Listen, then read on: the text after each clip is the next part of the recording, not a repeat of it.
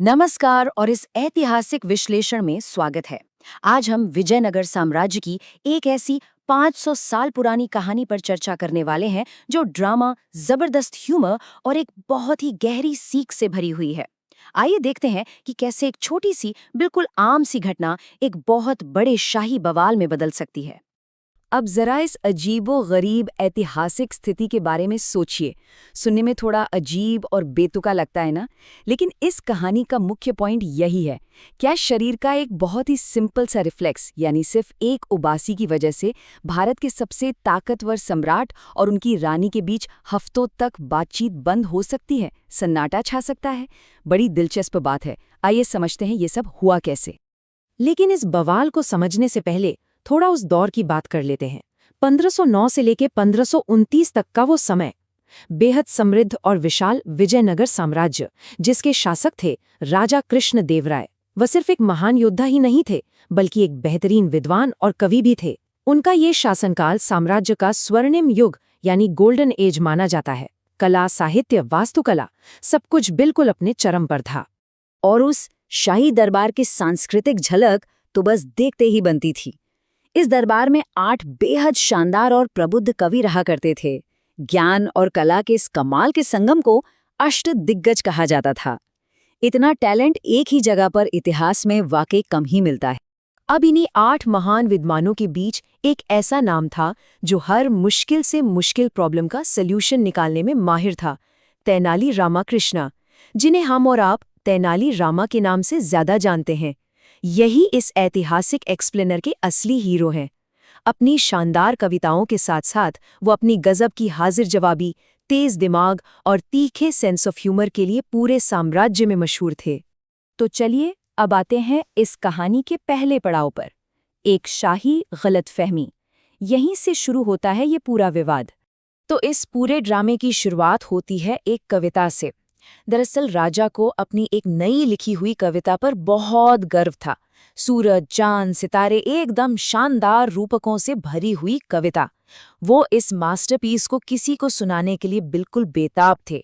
लेकिन रात बहुत हो चुकी थी, तो जब उन्होंने मंत्रियों को बुलाया तो सबने एक एक करके निकलने के बहाने बना लिए। कोई भी वहां रुकना नहीं चाहता था। आखिर में राजा पहुंचे रानी तिरुमलंबाल के कक्ष में। लेकिन प्रॉब्लम ये थी कि रानी दिन भर के शाही कामों से पूरी तरह थक चुकी थी। और यहीं पर आता है ईगो का फैक्टर।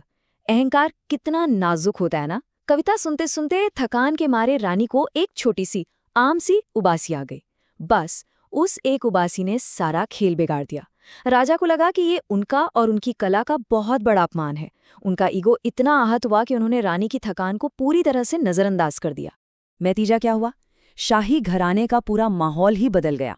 राजा ने गुस्से में आकर रानी से बात करना तक बंद कर दिया और उनके कमरे में जाना भी छोड़ दिया।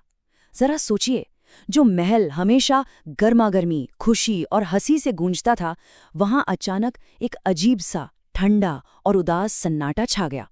सब कुछ बिल्कुल तनावपूर्ण हो गया। अब आगे बढ़ते हैं कहानी के अगले हिस्से की तरफ, तेनाली रामा की चतुर तरकीब।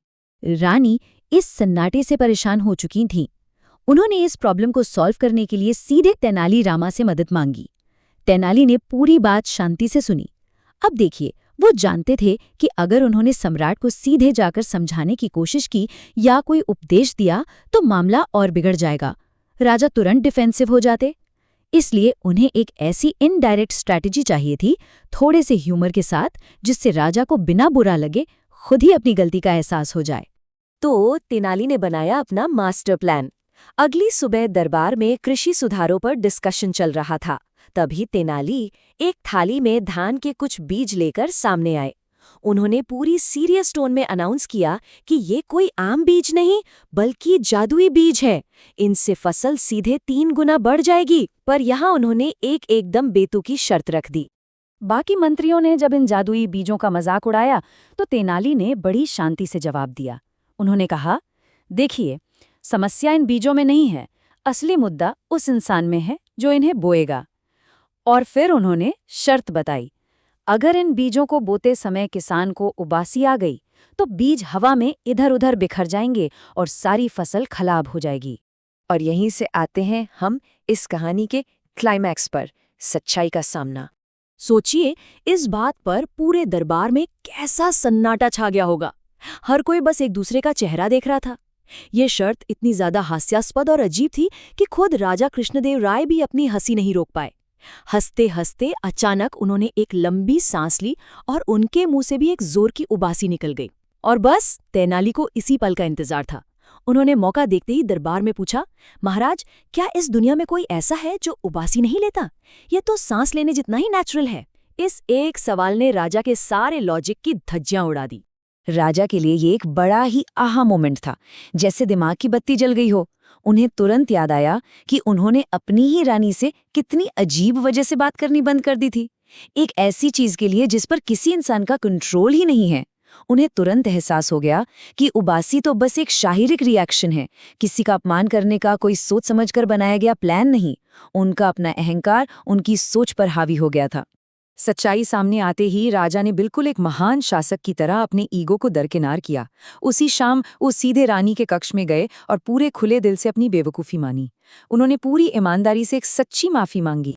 अब आते हैं इस कहानी के आखिरी और सबसे जरूरी हिस्से पर, अहंकार से मिली इस बेहतरीन सीख पर। रानी ने भी बिना किसी शिकायत के उस माफी को स्वीकार कर लिया और महल में फिर से खुशियां लौट आईं। पर जरूरी बात यह है कि 500 साल पुरानी ये सीख आज भी बिल्कुल फ्रेश है। ईगो और बिना सोचे समझे बनाया गया गुस्सा सबसे मजबूत रिश्तों को तोड़ सकता है। वहीं दूसरी तरफ हाजिर जवाबी और ह्यूनर बड़े से बड़े तनाव को छूमंतर कर सकते हैं। जब किसी को सीधे पॉइंट आउट करने की बजाय इनडायरेक्ट तरीके से बात समझाई जाती है ना, तो सामने वाला डिफेंसिव नहीं होता और अपनी गलती जल्दी मान लेता है। इस विश्लेषण को खत्म करते हुए एक बहुत ही इंटरेस्टिंग सवाल छोड़ते हैं। अगली बार जब कोई अचानक गलतफहमी पैदा हो, जहां ईगो रिश्ते को खराब करने की कोशिश कर रहा हो, वहां क्या चुनना सही होगा? गुस्सा और अहंकार, या फिर थोड़ी सी चतुराई और ह्यूमर जो शायद सब कुछ बचा लें? जरा सोचिए इस बारे में। इस चर्चा के साथ जुड़ने के लिए बहुत बहुत शुक्रिया। हमेशा मुस्कुराते रहिए और हाँ, उबासी लेने में कोई हिचकिचाहट मत रखिए।